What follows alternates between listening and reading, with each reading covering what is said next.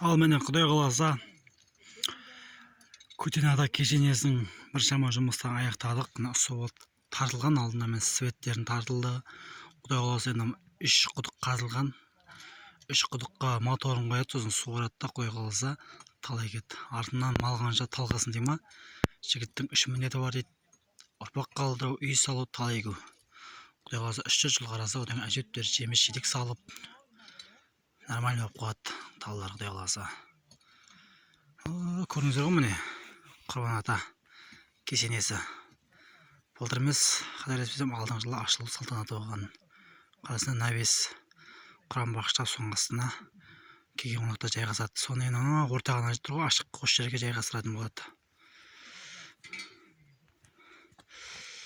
Міне қазір қатейін деп отырмыз уже 2021 жыл қазанның қарашаның 1-8-і.